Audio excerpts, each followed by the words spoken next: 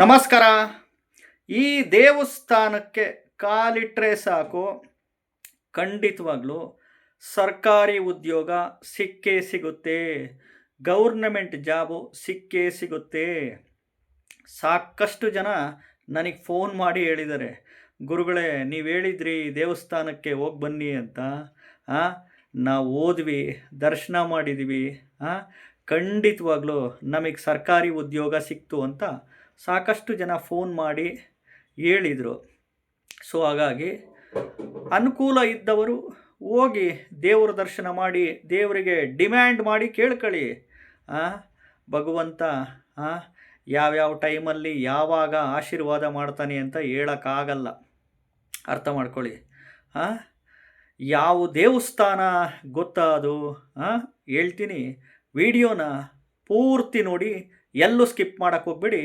ಮೊದಲು ಹೊಸದಾಗಿ ವಿಡಿಯೋ ನೋಡ್ತಾ ಇದ್ದವರು, ಮೊದಲನೇ ಬಾರಿ ವಿಡಿಯೋ ನೋಡ್ತಾ ಇದ್ದವರು ಚಾನಲ್ ಸಬ್ಸ್ಕ್ರೈಬ್ ಮಾಡ್ಕೊಳ್ಳಿ. ವಿಡಿಯೋ ಇಷ್ಟ ಆದರೆ ಲೈಕ್ ಮಾಡಿ.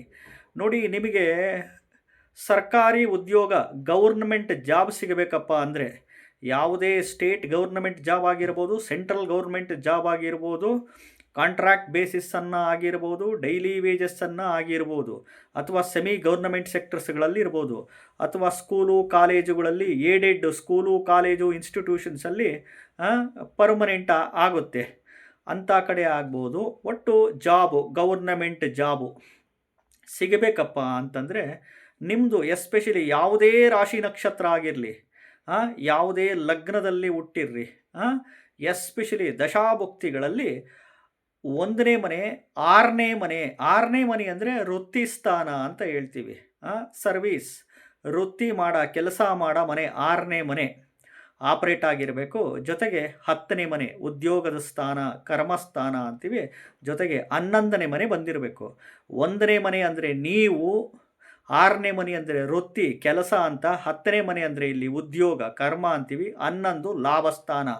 ಇದು ದಶಾಭುಕ್ತಿಗಳಲ್ಲಿ ಬಂದಾಗ ನಿಮಗೆ ಖಂಡಿತವಾಗ್ಲೂ ಕೆಲಸ ಕೊಟ್ಟೇ ಕೊಡುತ್ತೆ. ಸ್ಟೇಟ್ ಗೌರ್ನಮೆಂಟ್ ಜಾಬನ್ನು ಆಗಿರ್ಬೋದು, ಸೆಂಟ್ರಲ್ ಗೌರ್ಮೆಂಟ್ ಜಾಬನ್ನು ಆಗಿರ್ಬೋದು, ಅಥವಾ ಪ್ರೈವೇಟು, ಎನಿ ಪ್ರೈವೇಟು ಖಾಸಗಿ ಜಾಬುಗಳಾಗ್ಬೋದು, ಖಂಡಿತವಾಗ್ಲೂ ನಿಮಗೆ ಸಿಕ್ಕೇ ಸಿಗುತ್ತೆ. ಹೀಗೆ ಈ ಎಸ್ಪೆಷಲಿ ಯಾವ ದೇವಸ್ಥಾನಪ್ಪ ಅಂತಂದರೆ, ಕಾಶಿ ವಿಶ್ವನಾಥ ಸ್ವಾಮಿ ದೇವಸ್ಥಾನ, ಅಟ್ಟೂರ್ ಲೇಔಟ್, ಹತ್ತೂರ್ ಲೇಔಟ್, ಯಲಹಂಕ, ಬೆಂಗಳೂರು. ಇಲ್ಲಿ ಅಮಾವಾಸ್ಯೆ ದಿನ ಅನ್ನ ಹೋಗಿ, ಅಥವಾ ಹುಣ್ಣಿಮೆ ದಿನ ಅನ್ನ ಹೋಗಿ, ಅಥವಾ ತ್ರಯೋದಶಿ ತಿಥಿ ಅಂತ ಹೇಳ್ತೀವಿ, ಪ್ರದೋಷ ಅಂತಿರುತ್ತೆ, ಅವತ್ತನ್ನು ಹೋಗಿ ಕಂಟಿನ್ಯೂಯಸ್ ಪ್ರೋಸೆಸ್ ಇಟ್ಕೊಳ್ಳಿ. ದೇವರಿಗೆ ಡಿಮ್ಯಾಂಡ್ ಮಾಡಿ ಕೇಳ್ಕೊಳ್ಳಿ. ಎಸ್ಪೆಷಲಿ ನಿಮಗೆ ಇವಾಗ ಜಾಬ್ ಸಿಕ್ಕಿರೋರಿಗೆ ಆ ಮನೆಗಳು ಬಂದಿರುತ್ತೆ ಅವರಿಗೆ, ಅದಕ್ಕೆ ಗೌರ್ಮೆಂಟ್ ಜಾಬ್ ಸಿಕ್ಕಿರುತ್ತೆ. ನಿಮಗೆ ದಶಾಭುಕ್ತಿಗಳಲ್ಲಿ ಆ ಮನೆ ಬರಬೇಕು. ಜೊತೆಗೆ ನೀವು ಇಂಟರ್ವ್ಯೂಗೆ ಹೋಗೋ ಟೈಮಲ್ಲಿ ಆ ಮನೆಗಳು ಬಂದಿರಬೇಕು. ನಿಮಗೆ ಈ ಇಂಟರ್ವ್ಯೂ ಲೆಟ್ರು ಮನೆಗೆ ಬರುತ್ತಲ್ಲ, ಆ ಟೈಮಲ್ಲಿ ಆ ಮನೆಗಳು ಆಪ್ರೇಟ್ ಆಗಿದ್ದರೆ ಮಾತ್ರ ನಿಮಗೆ ಸರ್ಕಾರಿ ಉದ್ಯೋಗ ಖಂಡಿತವಾಗ್ಲೂ ಸಿಕ್ಕೇ ಸಿಗುತ್ತೆ. ಸರ್ಕಾರಿ ಉದ್ಯೋಗ ಸಿಗಬೇಕಂದ್ರೆ ಆ ಮನೆಗಳು ಬಂದಿರಬೇಕು. ನೀವು ಎಕ್ಸಾಮ್ ಬರೆಯೋ ಟೈಮಲ್ಲಿ, ಯಾವುದಾದ್ರೂ ಕಾಂಪಿಟೇಟಿವ್ ಎಕ್ಸಾಮ್ಸ್ ಬರೆಯೋ ಟೈಮಲ್ಲಿ ಆ ಮನೆಗಳಿರಬೇಕು. 1. 2ನೇದು, ಇಂಟರ್ವ್ಯೂ ಹೋಗೋ ಸಂದರ್ಭದಲ್ಲಿ ಅದು ಇರಬೇಕು ನಿಮಗೆ ಆ ಮನೆಗಳು. ಮತ್ತು ಸರ್ಕಾರದಿಂದ ಲೆಟ್ರು ಬರುತ್ತಲ್ಲ ಮನೆಗೆ, ಅಪಾಯಿಂಟ್ಮೆಂಟ್ ಆರ್ಡರ್, ಸ್ಟೇಟ್ ಗೌರ್ಮೆಂಟ್ದಾಗಲಿ ಸೆಂಟ್ರಲ್ ಗೌರ್ಮೆಂಟ್ದಾಗಲಿ, ಆ ಟೈಮಲ್ಲಿ ದಶಾಭುಕ್ತಿಗಳಲ್ಲಿ 1ನೇ ಮನೆ, 6ನೇ ಮನೆ, 10ನೇ ಮನೆ, 11ನೇ ಮನೆ ಬಂದಿದ್ದರೆ ಖಂಡಿತವಾಗ್ಲೂ ಸರ್ಕಾರಿ ಉದ್ಯೋಗ ಗೌರ್ನಮೆಂಟ್ ಜಾಬು ಸಿಕ್ಕೇ ಸಿಗುತ್ತೆ. ಯಾಕೆಂದರೆ ಆ ದೇವಸ್ಥಾನಕ್ಕೆ ಹೋಗಿ ಒಳ್ಳೆಯದಾಗಿರೋರು ಫೋನ್ ಮಾಡಿ ನನಗೆ ಹೇಳಿದರು, ನನಗೆ ಈ ರೀತಿ ಸಿಕ್ತು ಗುರುಗಳೇ, ಧನ್ಯವಾದಗಳು ನಿಮಗೆ ಅಂತ. ಅದಕ್ಕೋಸ್ಕರನೇ ನಾನು ಫೋನ್ ನಂಬರ್ ಹಾಕಿರೋದು. ಫೋನ್ ನಂಬರ್ ಹಾಕಿರೋ ಉದ್ದೇಶ ಏನು ನಾನು ಅಂದರೆ, ನಿಮಗೆ ಪರಿಹಾರಗಳು ಆಗಿ ಸಕ್ಸಸ್ ಆಗಿ ನನಗೆ ಫೋನ್ ಮಾಡಿ ಥ್ಯಾಂಕ್ಸ್ ಹೇಳೋದಕ್ಕೆ ಫೋನ್ ನಂಬರ್ ಹಾಕಿರ್ತೇನೆ ಹೊರತು ಕನ್ಸಲ್ಟೇಷನ್ ತೊಗೊಳ್ಳಿ ಅಂತ ನಾನು ಹಾಕಿರಲ್ಲ phone number. For your kind information, ಎಲ್ಲರಿಗೂ ವಿಡಿಯೋ ನೋಡ್ತಿರೋರಿಗೆ ಅರ್ಥ ಮಾಡ್ಕೊಳ್ಳಿ. ಈಗ ನಾನು ಒಂದಿನ ಸಾಯ್ತೀನಿ, ಭೂಮಿ ಮೇಲೆ ಬಂದಿದ್ದೀವಿ, ಒಂದಿನ ಸಾಯ್ತೀನಿ.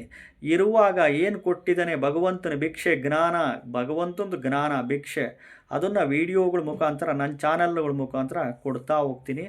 ಅನುಕೂಲ ಮಾಡ್ಕೊಂಡು ಸುಖವಾಗಿ ಬದುಕಿ.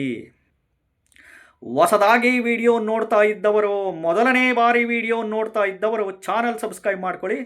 ವಿಡಿಯೋ ಇಷ್ಟ ಆದರೆ ಲೈಕ್ ಮಾಡಿ, ಶೇರ್ ಮಾಡಿ. ನಮಸ್ಕಾರ.